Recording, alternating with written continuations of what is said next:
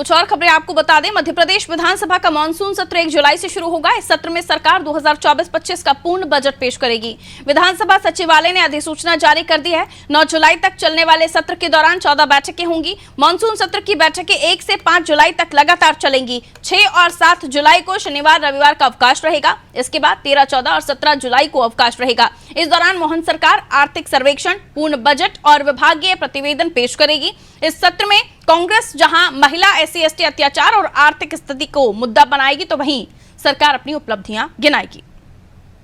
और ये मानसून सत्र जो शुरू हो रहा है, इसमें क्या कुछ अहम मुद्दे हो सकते हैं जो सरकार की तरफ से लाए जा सकते हैं और विपक्ष की तरफ से किन बातों को लेकर विरोध किया जा सकता है, इन तमाम चीजों को समझने की कोशिश करते हैं। हमारे साथ मनोज वर्मा जी जुड़े हुए हैं, हमारे पॉलिटिकल एडिटर, उनसे और भी जानेंगे। मनोज जी, मोहन सरकार का ये जो बजट है, मानसून सत्र, इसमें आप क्या देख रहे हैं? क्या कुछ अहम बातें होंगी जो सत्र में रखी जाएंगी? देखिए, अभी मोहन सरकार का कह सकते हैं 16वीं विधानसभा का तीसरा विधानसभा सत्र रहेगा। पहले जो 2 सत्र थे वो बहुत छोटी अवधि के थे। पहले सत्र में नए नवनियुक्त विधायकों को प्रोटेम स्पीकर ने शपथ ग्रहण कराई थी। उसके बाद का जो बजट सत्र जिसको कहना था, लेकिन वो अनुपूरक बजट लाया गया था, लंबा सत्र चला नहीं था।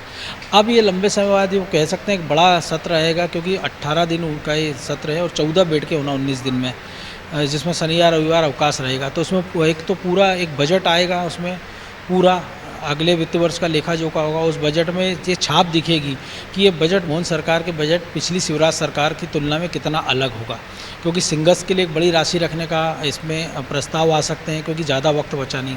इसके साथ ही कांग्रेस के लिए बड़ा चुनौती भरा बजट होगा, क्योंकि कांग्रेस की जो संख्या है वो लगातार हम देख रहे हैं कम होती जा रही है। 66 उनके विधायक बचे हैं, जिसमें भी रामनिवास रावत की बात करें और जो बिना विधायक है उनकी, जो चलते चुनाव में बीजेपी के साथ चले गए थे, हालांकि उन्होंने इस्तीफा नहीं दिया है, उनकी संख्या कम हो गई, क्या वो कांग्रेस के खेमे में नज़र आते हैं। और अगर लोकसभा के चुनाव के नतीजे, जो कि कांग्रेस मान के चल रही है कि आधा दर्जन सीटें वो जीत रही हैं, और अगर वो केवल पिछली बार जैसा हो जाता है, जैसा बीजेपी कर रही है 29-0 की बात कर रही है, या पिछली बार की तरह मान लीजिए एक ही सीट अगर छिंदवाड़ा की कांग्रेस जीत पाती है, तो उन परिस्थितियों में सदन के अंदर का नज़ारा देखने लायक होगा। नेता प्रतिपक्ष उमंग सिंगार को बनाया गया है, आदिवासी चेहरा है, वो बड़े बड़े दावे उन्होंने किए हैं। जीतू पटवारी को प्रदेश अध्यक्ष बनाया गया है। तो एक तरह से एक बड़ी अग्नि परीक्षा इन लोगों की होगी।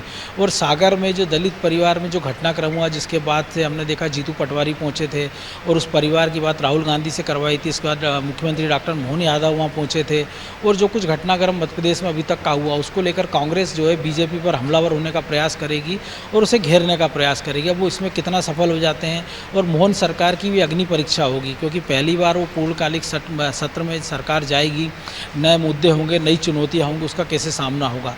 और इसके साथ ही अगर वो प्रचंड जीत के साथ लोकसभा में बीजेपी जाती है, तो वो एक अलग नज़ारा हमको विधानसभा में देखने को मिलेगा, क्योंकि हारे हुए मनोबल के साथ जब कांग्रेस पहुंचेगी और जो कुछ विधायक बीजेपी के चुनाव लड़ रहे हैं लोकसभा का, वो चुनाव जीत जाते हैं, जिसमें मुख्यमंत्री शिवराज सिंह चौहान भी शामिल हैं, तो फिर पहली बार होगा लंबे समय बाद की, लगभग 2 दशक बाद, कि जब शिवराज सिंह चौहान हमको विधानसभा में दिखाई नहीं देंगे। इसी तरह कांग्रेस ने अपने कई सारे जीते हुए विधायकों को दांव पर लड़ाया है। अगर वो चुनाव जीत जाते हैं अगर किन्हीं परिस्थितियों में, तो उनकी संख्या बल वो कम हो जाएगा, तो एक नया नज़ारा देखने को मिलेगा। तो कुल मिलाकर बजट सत्र में पूरे एक भविष्य की कल्पना दिखाई देगी, क्योंकि जब मोहन यादव मुख्यमंत्री बने थे तो कई सारी चीज़ें उन्होंने कही थी, लेकिन जो हालिया सर्वे आए हैं कि जो एक्सपोर्ट के मामले में मध्य प्रदेश पिछड़ा है, जो शिक्षा का स्तर की बात करें तो रिजल्ट जो 10वीं 12वीं का गिरा है, तो क्या शिक्षा के लिए बजट बढ़ाया जाएगा।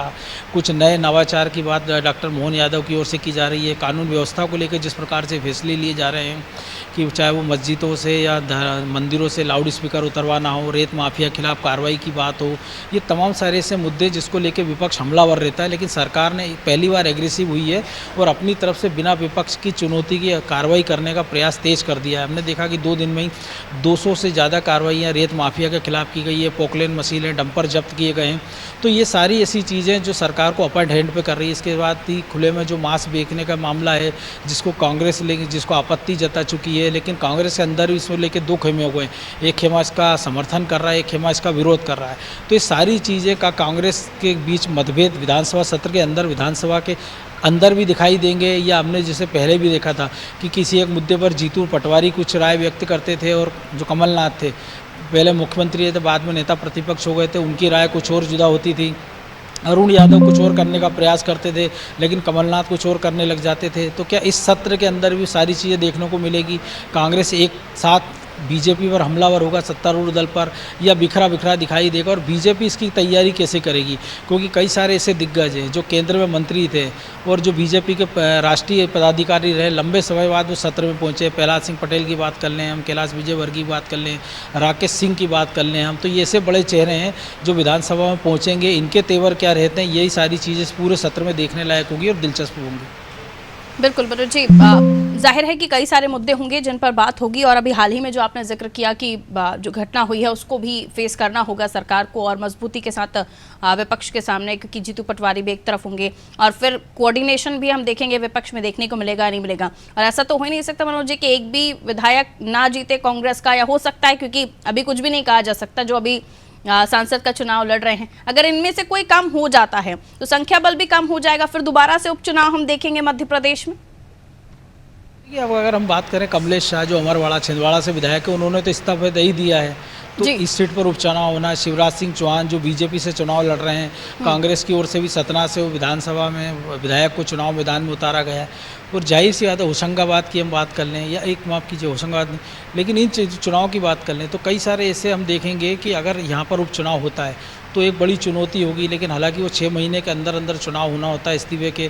लेकिन रामनिवास रावत का स्टैंड क्या होता है, क्या वो कांग्रेस के खेमे में नज़र आते हैं और कांग्रेस उनके साथ कैसा बिहेव करती है, या हम बिना विधायक की बात कर लें, उनके साथ कांग्रेस का बिहेव क्या होता है। या हमने देखा था पिछली बार सचिन बिरला जो कि कांग्रेस के विधायक रहे थे, लेकिन उन्होंने बीजेपी में शामिल हो गए थे, लेकिन उन्होंने पार्टी से इस्तीफा नहीं दिया था। पूरे समय वो कांग्रेस के होकर भी बीजेपी के साथ दिखाई दिए थे।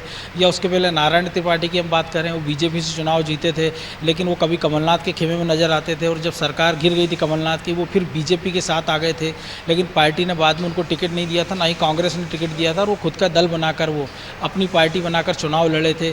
तो अब क्या कांग्रेस उस स्थिति में है कि वो इस लोकसभा चुनाव के तुरंत बाद उपचुनाव में जाने को तैयार है, और अगर जाना पड़े तो लगभग हो सकता है, ऐसा संभावना है कि अगर कांग्रेस जो सीटें जीत ले और जिनका हमने जिक्र किया, जिन्होंने इस्तीफा दे दिया या जो अधर में है, तो आधा दर्जन सीटों पर उपचुनाव होना, तो उसको लेकर कांग्रेस क्या इतनी आक्रामक रणनीति के साथ जा पाएगी, इस पर यह बाद में बहस हो सकती है। लेकिन विधानसभा के अंदर इसका असर निश्चित तौर पर दिखाई देगा। बहुत शुक्रिया मनोज जी जानकारी के लिए। तो देखिए, विधानसभा का मानसून सत्र 19 जुलाई तक चलेगा और इस सत्र में कुल 14 बैठकें होंगी। लंबा सत्र होगा। इससे पहले अनुपूरक बजट लाया गया था तो सत्र छोटा था, लेकिन अब बहुत सारी ऐसी चीज़ें होंगी जो चुनौती होंगी और मोहन सरकार के सामने उनको भी फेस करना होगा। और इसी के साथ विपक्ष की हम बात करें तो विपक्ष भी मजबूती के साथ मुद्दे उठाने की कोशिश करेगा, जिसमें हाल ही में जो मनोज जी भी जिक्र कर रहे थे कि SC ST का मुद्दा भी होगा,